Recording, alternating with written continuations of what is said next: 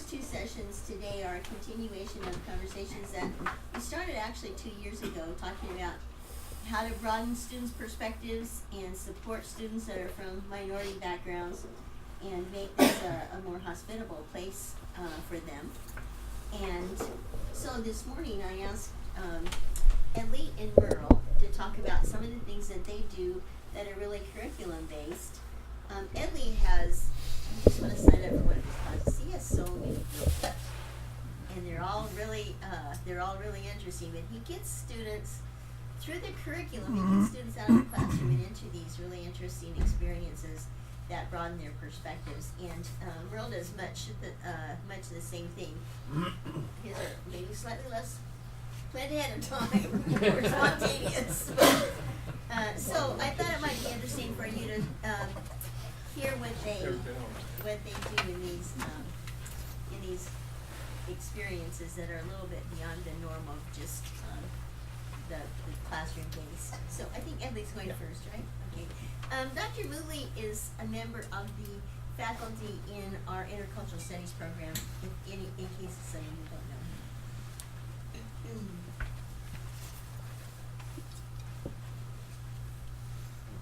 Good morning. Good morning. Thank you. I've always said, and I'll repeat it again this morning, we recruit overseas international students, bring them to our campus, and more often than not, I think the perception is that once we've got them here, our work is done. And my thinking is that our work has just begun with them. That's right. I did my PhD at Asbury Theological Seminary, and when I got there, we had initiated a move to start an international community house, and the administration was gracious enough to appoint a director for the program, and I assisted him while I was doing my coursework there at Asbury. And it's one of the things we did was every Monday morning make a telephone call to each of the international families to see how they do. And it's amazing that the number of stories about their experiences on campus and what is happening with their children at school, and so many things that we would not know about had we not initiated a program like this. And this international house was their safe house where they came together for community events and counseling and that kind of thing.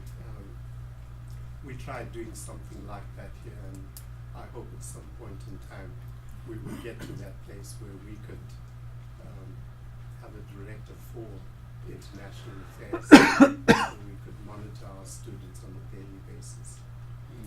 I say all of that today. Just want to tell a couple of stories and leave it at that, and ask of you as to what kind of activities you are doing in your classes, so we could share this community today. So I like the way Catalin framed this session, and true empathy requires that you step outside of your own emotions to view things entirely from the perspective of the other person. So I want to talk about both activities I do in the classroom and outside of the classroom, and I'll say something about my Intro to Christianity class, the History of Missions class that I teach, and in a couple of weeks we'll be doing the MLK trip. We'll talk about that, and my World Religions class, where we do participant observation in various religious settings, and I'll say something about the Jesus in the Quran class that I developed 3 years ago, and talk some about that. But the Intro to Christianity class, we initiated this class, or Dr. Dirksen did, in 2005 when we had our first batch of Nepali students come to us, and they were resistant to taking Bible classes. So we deferred the Bible classes for the first semester for them, and the problem was that writing back home or talking to their parents back home, their parents didn't want them to study Christianity, and many of them come from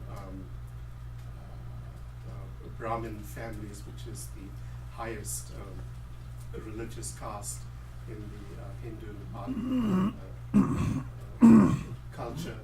So we had to come around that problem, and eventually we initiated this class, Intro to Christianity, where we have students taking that class ever since and right up to this past semester. Students who have no affinity with the Christian faith, and most of them have never walked into a Christian church before. So this picture here is what I do with them is take them to 2 church services during the course of the semester, 2 different church services for different experiences, and this is Father Mitch Baker's church, which is Episcopal congregation here in Cleveland, and they meet on a Saturday evening. So these are the 7 students together with my wife and I. We took them over the Saturday evening for that experience. And on the Sunday morning, we took them to North Cleveland for the 10:30 service, a totally different experience. And out of that experience, they write a 5-page reflection, comparing, contrasting the 2 services, observing everything that they had experienced over that weekend, come to class and make a presentation. One of the things that I do very early in the semester, I had the question asked of me the very first time I taught the class: are you going to convert us to Christianity? That was the first question. And I said, no, I'm not going to do that, but I'm going to argue for my faith, and you can do that as well. So students by now have come to know that I don't overtly proselytize, but at the same time endeavor to live out my Christianity in and out of the classroom among them. Well, I begin with a session which is called What is Religion? To get them comfortable with talking about religion. And this is where I get them to share about their experiences in their particular religious tradition, be it Hinduism, Buddhism, Jainism, Sikhism. We've had all of those groups, Muslims in our class, had one Jew a couple of years ago. So we have this mixture of students, and I get them to share, for example, creation cosmologies, and talk about creation from their perspective and what their sacred texts talk about creation and so on. So I get them comfortable very, very early on in the semester that I am interested in who they are as individuals, just not about their religion, but they as religious persons. And I think there is a difference between those 2. But I want to tell you one story very quickly. And the lady on the right here is Lily Jordan. I don't know if any of you have had her in class already. She's a business major. She's a non-traditional student. She spent 1 semester here at Lee in the ESL program learning English, and last semester for the first time she took classes, and she came into the history of Christianity, into my class, Introduction to Christianity. And in introducing herself, she said to me, I want to learn more about Christianity. She's a Buddhist from Thailand. Yes. So we talked a little bit about that, and as some of you know, I had to make 2 trips to South Africa, passing of my brother, so I was gone for a bit and came back in October, and she was all smiles, and at the end of the class came over to me and she said, "I'm getting baptized." And gave me the date, and her baptism was in the Presbyterian Church in Chattanooga. Wow. And that is Lily there with 2 pastors, and this is the baptismal font. She's baptized over there. Well,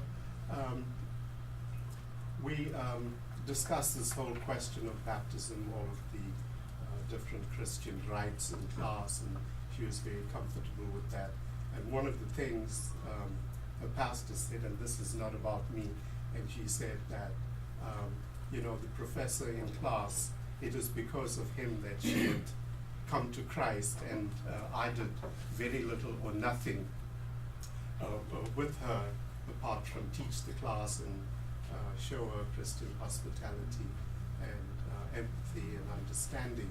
So at the end of the class, well, when she got back after the baptism, gave her a gift and talked with her and encouraged her. And I said, "I'd like to meet your husband." And this is the thing about empathy and understanding and getting behind student stories. It's the story behind their stories all the time. Yes. I've discovered that.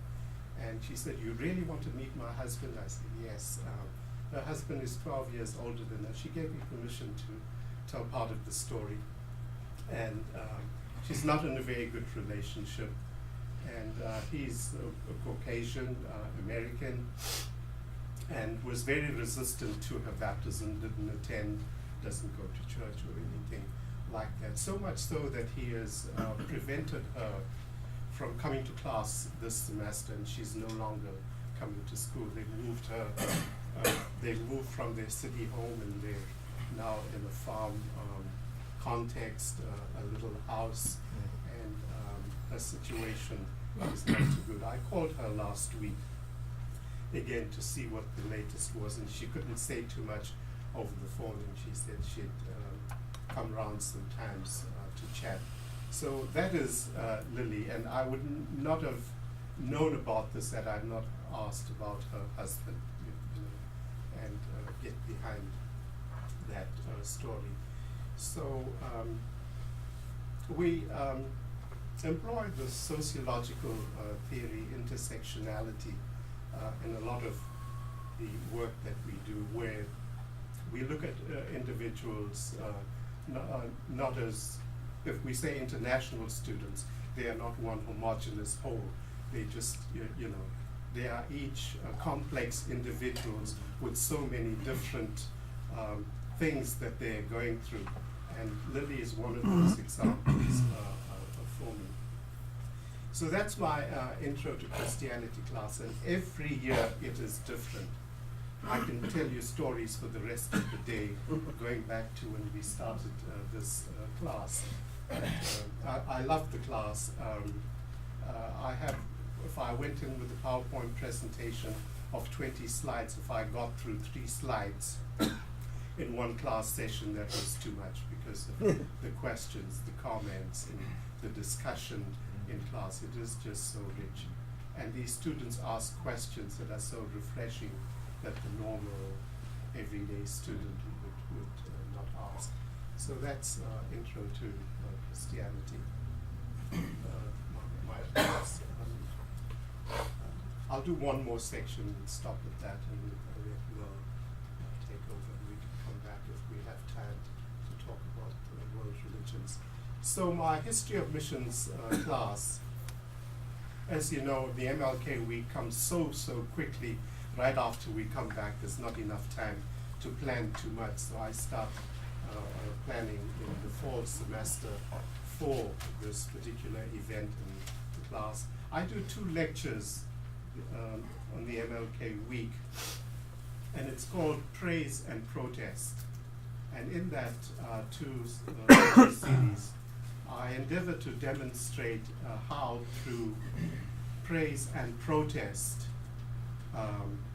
that these two entities somehow initiated change in South Africa in the apartheid era, and also in the civil rights movement and MLK. And you know, we play the old American songs like "This Little Light of Mine," and show how those songs were used by the resistance in this country and songs in South Africa through song and dance. And when I talk about South Africa, I begin with a very short video clip. It comes out of the movie Cry Freedom, Denzel Washington. It's an older movie where it depicts the South African situation during the apartheid era and how the minority government treated the majority in that country. And the movie ends with the infamous 1976 Soweto riots, when 700 school children protesting the use of the minority language Afrikaans as a medium of communication in the schools protested. And literally thousands and thousands of students in Soweto, it's an African township, over 1 million people living in confined space just outside Johannesburg, protested the use of the language. And at that protest, this was a very peaceful protest, the police shot dead 700 children. And that precipitated change in South Africa. I show that, juxtapose that with what is happening even right now in this country with police brutality and how people of color are targeted more than others. And you know, I then take students on the Saturday to the MLK Center. And one of the exercises I do is to ask students, how many of you have heard of the MLK Center or have been there? If I have a class of 20, 25, if there's 5 or 6 of them have ever heard of the MLK Center, it's too much. I came back after one trip and we were debriefing the following Tuesday, and one student raised her hand, and she's from Indiana. And she said to me, why have we not learned about this in school? So that's a valid question. So sometimes our history is sanitized for many different reasons, and we don't need to talk about that. Yeah, and I point out, you know, this whole question of ethical action, talking about our pathways to integrative learning. And I share this to students all the time. The Martin Muller quote that many of you no doubt know. You can read that.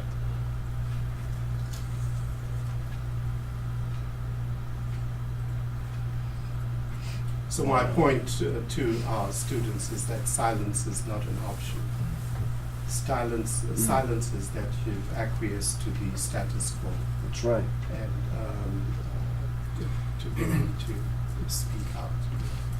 So that is my history of Fisheries Arts and my trip to the MLK Center. I'll talk about contemporary world religions if we have a few minutes, but maybe. I'm sure you want to hear more from Edley. Let's piggyback just a little bit on MLK Day. We used to call it a day on, not a day off, and we had organized kind of classes and lectures around, and it just is so early in the semester. Carol and I did this for many years, and other people did. But so we get caught because it's a week from Monday. And it's just no time to kind of put this thing together. But if you are doing activities, Arlie and I are putting together kind of a spreadsheet of activities on campus. And if you are doing something, we'd encourage you to let us know. And we can get it on the spreadsheet, and maybe we can get some information out on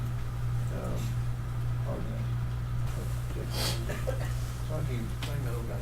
So, just, again, these are kind of very different kind of presentations, but in some ways we're looking at both the kind of, in archaeology we go on-site and off-site. We're looking both in the classroom and outside the classroom. 46 years of teaching. We talk about not teaching old dogs new tricks. I think that this old dog is going to learn some new tricks. I like this particular generation because they're probably as ADD as I am. When it kind of comes to kind of doing, trying to get out of Dodge, getting off campus, etc., my wife knows. So I think that the whole kind of idea that I try to use in kind of thinking of new ways of teaching, I go back to my office, I see all those notebooks there of all those lecture notes that I don't give any longer. And I have kind of taken on a new idea of teaching because I'm an old dog, but I'm looking for new tricks all the time. So I kind of use several guidelines. One is, I'm willing to take risks in doing new kinds of things, and I'll give you several highlights of activities I have done and I continue to kind of do. I don't worry a whole lot about testing or assessment anymore. I used to kind of worry about everything that I did in class that I somehow had to test on it. I don't worry about that. I'm always looking for kind of every opportunity not to lecture. I try to get somebody else to do my work for me because I get when I'm bored of myself, then I try to get something else. I try to get students to be the worker bees, and they're great at doing projects, but you got to give them a lot of guidelines, right? You got to give them a lot of direction, so they can do a lot of things, and they do some good things, and some great things. And then I show a lot of slides. That's a joke. We use a lot of media kinds of things. But I want to talk, just highlight a couple of things that I do. This past semester, I taught 2 classes. I taught anthropology of food, and I taught contemporary Chinese cultural society. And a Chinese banquet is a great example of kind of a microcosm of Chinese life, Chinese culture. But there's 18 courses, it costs thousands of dollars. And it takes a long time, and I'm not an expert, but there is so much that kind of, I've been at a lot of them, and I've eaten a lot of Chinese food, but it's a great way of kind of, I call it my fake Chinese banquet.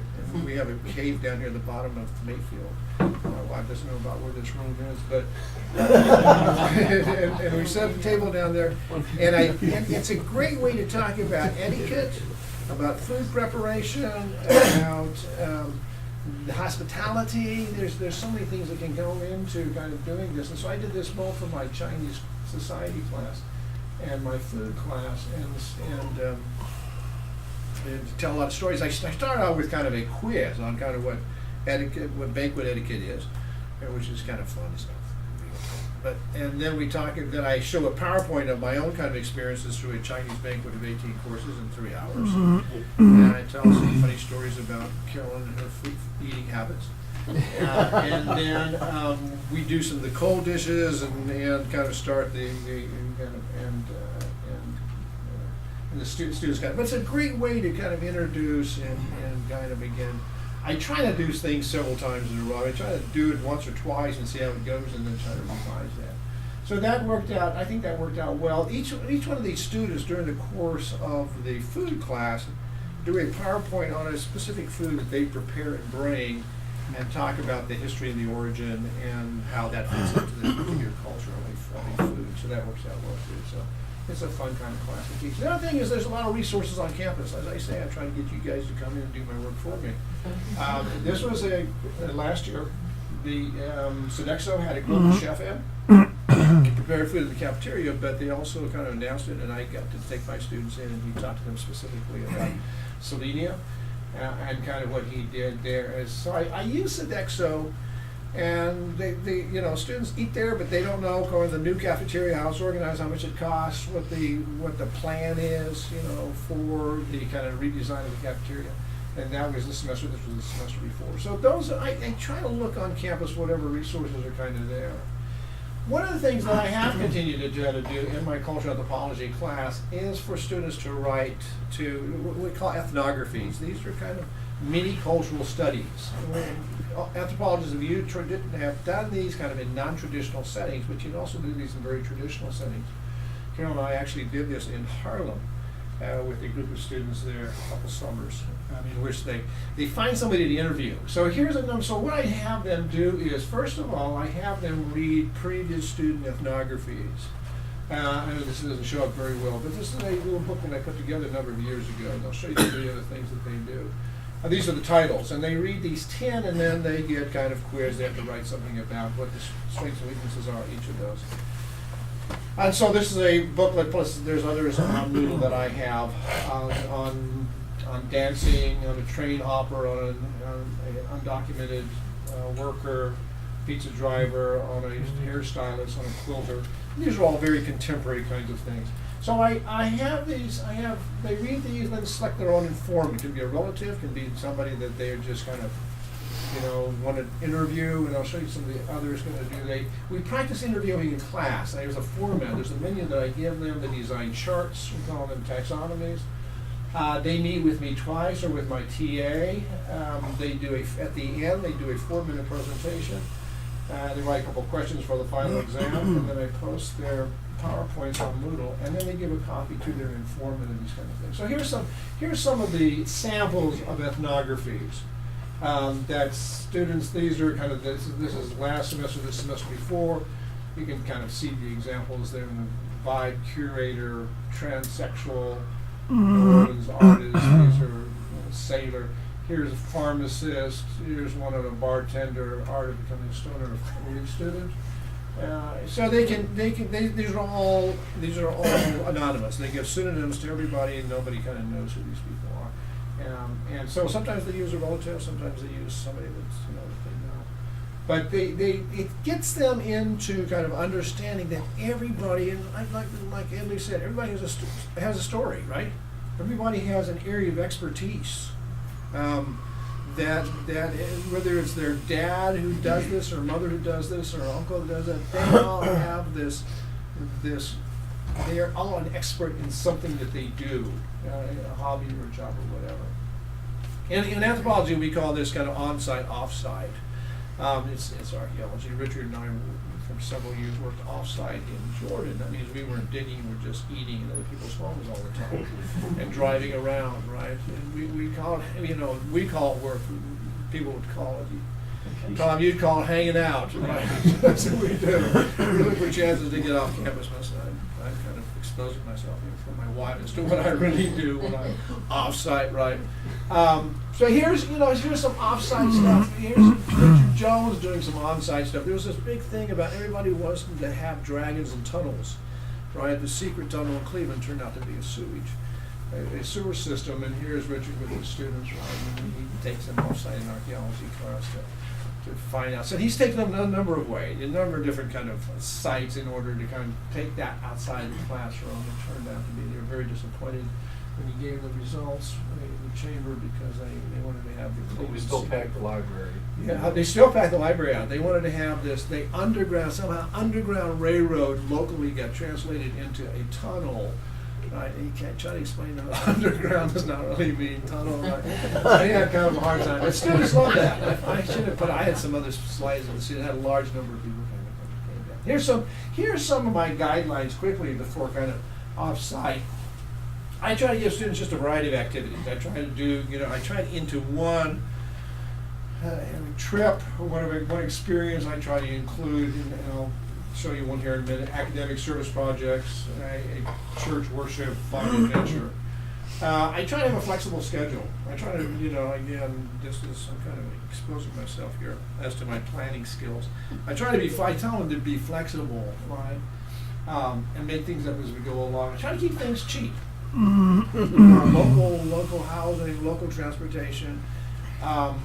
Again, these are some of my study abroad trips are not where I do different kinds of things, are not well planned, but they're cheap. So we try to find, go local. We try to go. That should be. We go local and local. Put local on here. I allow students time to explore, and then I warn them. This is happening. A lot of unknowns, and then they don't tell anybody where you're going in case plans change. you don't want to be found, because you never know what's going to happen. But here's last summer, I had an interesting kind of experience in which I got invited to teach at a small Church of God Bible school, and they wanted me to teach sociology. So I told some of my students, I said, "Oh, I want to go with you." Somebody said, "Okay, buy your own ticket, you can go with me." So I had 5 students. They sat in class with me. They lived in the dormitory. Only one of them kind of did this as individually arranged. The others just kind of wanted to hang out. They arranged their own safari. And so they were kind of, I had them sign a release form and had their parents sign a release form. And we then on the way back, and so they were great. I mean, they were in class with me. They were with the Kenyan students. And every night we're in devotion with them. And I went to bed while they were worshiping the whole time. They hang out, they preach. These are anthropology majors. I didn't know they were so spiritual. They had so much going, and they would lead Bible studies and preaching. There were there were 5 students from a refugee camp in Liberia that were attending the school, and so they had a great experience. But again, I'm justifying my unplanned. That's my flexibility. I always stopped off in Istanbul on the way back, and just kind of made an Airbnb and.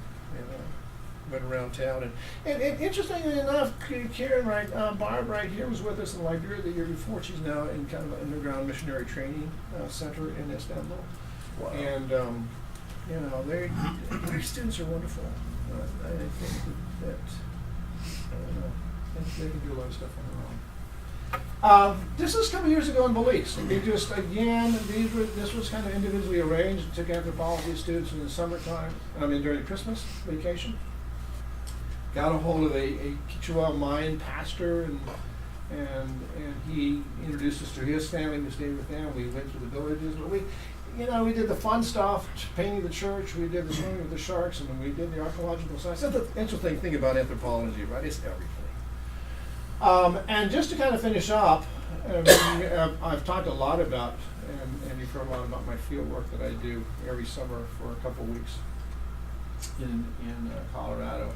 But again, we never know what's going to happen on those sites. We do rock survey and excavation, but a couple summers ago we had a burial and had to kind of relocate. But students are flexible. They love adventure. Love going on. This particular rock site in Colorado has turned out to be, it's 10 years now. This is their BLM is building a deck in front of these interpretive panels. They put their own road into the rock shelter. We dig 3 days, and then we go to museums, and we go to Mesa Verde, and we go to the Arches, and we try to give them cultural context for this rock shelter within kind of having a great experience. And these students usually don't get credit.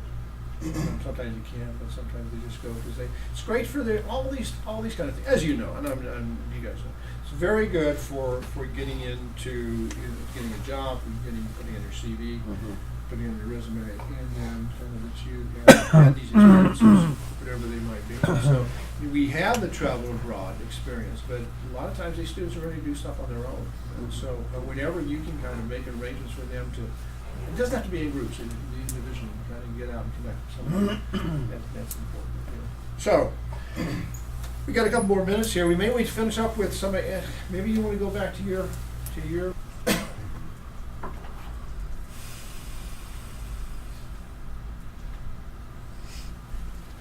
So I'll say something about my contemporary world religions class that I love teaching, and for me it's a fun class. We do field trips, and during the course of the semester we do a whole Friday from 6 in the morning till 6 or 7 in the evening, where we visit a Hindu temple in Atlanta, Liberian, Georgia, and after that we go downtown to the Islamic Center, the largest mosque in Atlanta, 14th Street downtown Atlanta. And in the afternoon we go to a Buddhist pagoda or also in Georgia, just outside of Atlanta. So we do those 3 trips, and I do these 3 site visits after we've had a discussion in class and lecture. And all too often I would bring specialists from these traditions into our class, an imam from the mosque, a rabbi, a female rabbi from Chattanooga, a conservative synagogue in Chattanooga. She comes over to my class on Judaism, and a Hindu priest from Chattanooga coming to my class when we do Hinduism and so on. So I've had a variety of people coming for my Buddhist lecture. After I've lectured, I bring in an American female Buddhist, a converted Baptist woman who now embraces Buddhism, and she comes to the class and shares her story, and obviously students are interested in why she converted to Buddhism. So in each of these different settings that we go to, I'd like to think that we are, in a sense, participant observers, and I know that's a loaded anthropological, sociological term, but the mosque downtown, we do it on a Friday because Friday is, Muslims have their main day of prayer at the mosque, and men and women attend. Women are separated from the men, but they're all in one setting almost. So we have the opportunity to visit the facility, talk with the imam, who's the preacher designated for the day at the mosque, conversation with him. And after the mosque service, we sit in for the mosque service, and after that we meet with the imam, and students have questions to him, for him, regarding his sermon that he preached, and have other questions. So students come away with a better understanding of the Islamic culture, the Muslim religious setting in which they find themselves, and I found that to be helpful for our students, and likewise with the other places we do the same thing. When we go to the Buddhist Center, one of the things that happens, to have another picture. This is at the Buddhist Center, Atlanta, and here's a Vietnamese monk working on a sand mandala, and we were there that day when he was doing this.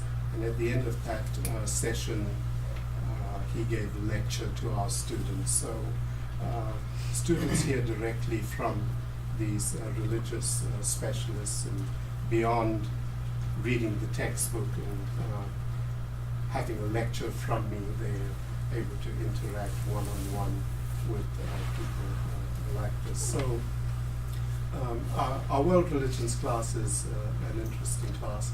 Students really look forward to this experience. This is not a very clear picture here. We're not seeing it too well with this projector, but this is one of the largest temples in the southeast. It's in Milburn, Georgia, and it's just an architectural aesthetic beauty. And we take students to that, and we have a tour of the facility where the PR person gives a lecture and takes us around the facility and shows us different things, and students are able to ask questions and come back more informed about the Hindu culture. So we do a lot outside of the classroom in the world religions class. So students then come back and write a 5-page paper and they take two religious traditions and they compare and contrast those two traditions in that paper. So, makes for a nice rounded learning experience for our students. So that's the world religions class that I teach. Jesus and the Quran, this must have happened about 5 years ago. I think that Carolyn nominated me to attend the teaching interfaith learning seminar, and I think it was the CIC, a group together with Youth Corps from Chicago co-sponsored this event, and 25 professors were invited from the CIC schools to attend, and I was one of those 25 nominated. I was quite surprised that I was, but thankfully I got that invitation and attended. And coming out of that, we were asked to develop a class, and that's the class I developed, Jesus and the Quran. So each of my students coming into this class purchased a Quran. So for the first time, they're cracking open a Quran and reading it for themselves and learning much about what the Quran has to say. And it is surprising that the Quran has so much to say about Jesus. And from my understanding, and maybe Richard can confirm this, that every reference to Jesus in the Quran is a positive reference and not a negative reference. And many Christians find that hard to believe. So as a starting point, I want students to discover other religious traditions, and if you are going to judge another religious tradition, do so not by the behavior of an individual, but by their sacred texts. So if we compare like with like, the Bible and the Quran, I think we're getting somewhere with that kind of discussion.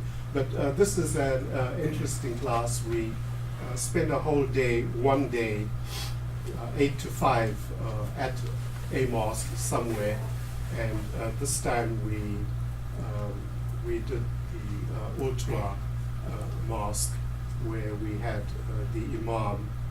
He's Moroccan, and he delivered the khutbah, the sermon, on that Friday, and at the end of that sermon, our students had occasion to interact with him and talk about his sermon. And that's a picture that we took inside of the mosque.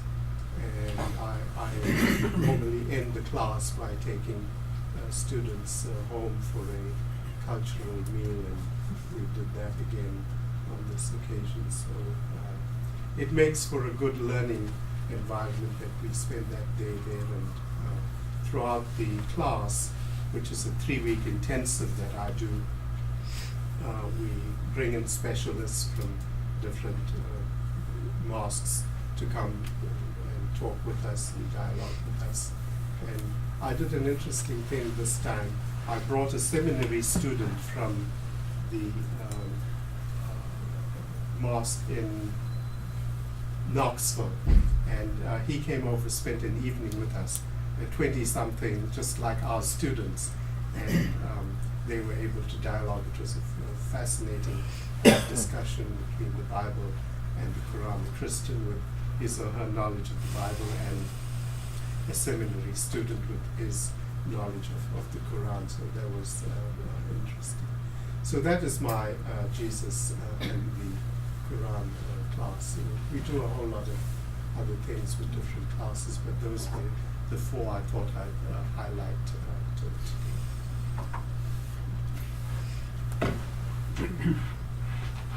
I don't know if you'd like to share with us for a few minutes some of the things that you're doing in your classes that might help the rest of us rethink what we're doing.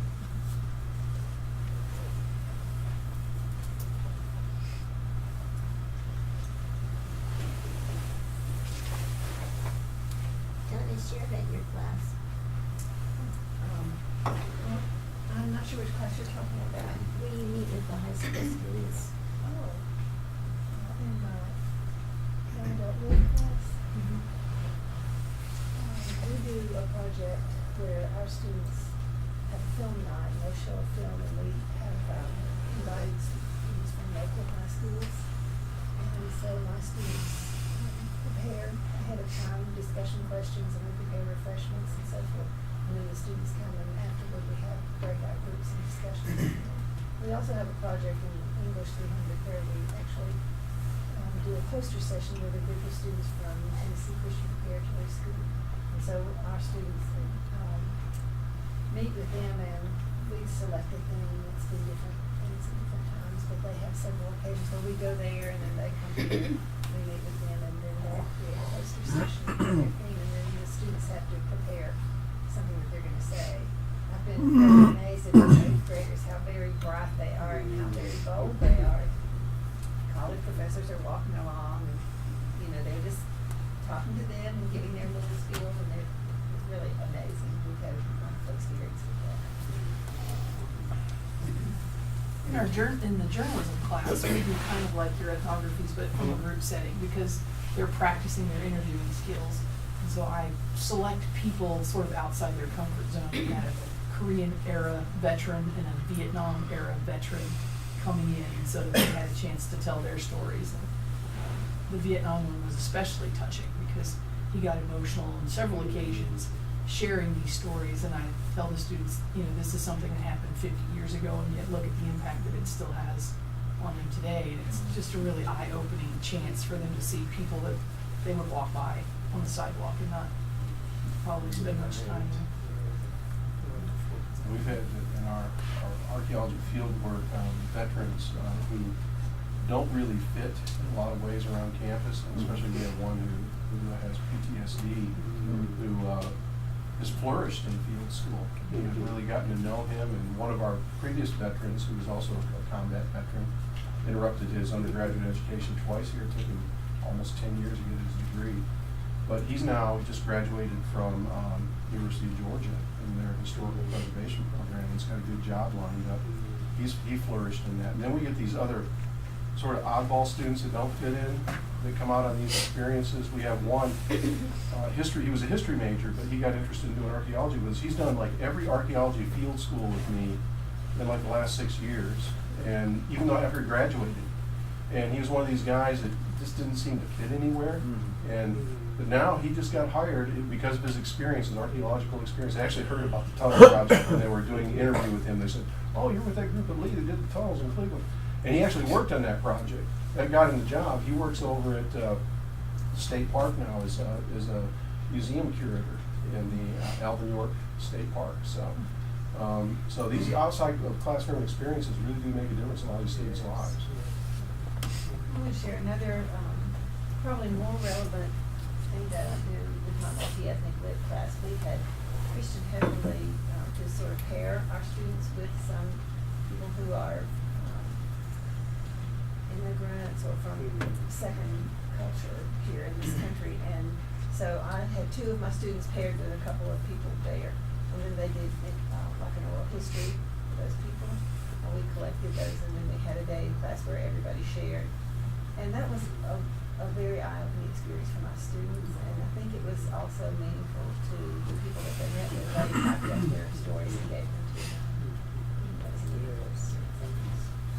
Really added a lot to my multi-ethnic class. We have the international students we have on this campus are just such an interesting bunch of students. If only we take the time to, draw them out. And, we have a student from Palestine, as you know, Northwick Zaboon. Just get hold of this guy and have a chat with him. Tell you a funny story very, very quickly. So he comes to this campus, and his uncle picks him up in Atlanta and drives him here all the way. His uncle says, are you sure you want to go to the school? You know?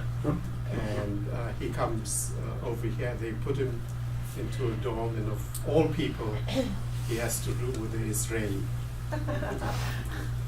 And he sees the Israeli flag in over there. So he comes to me and he says, "This is my situation. What do you want me to do?" I said, "No problem. It's no problem to have a flag in your room. You can have your Palestinian flag."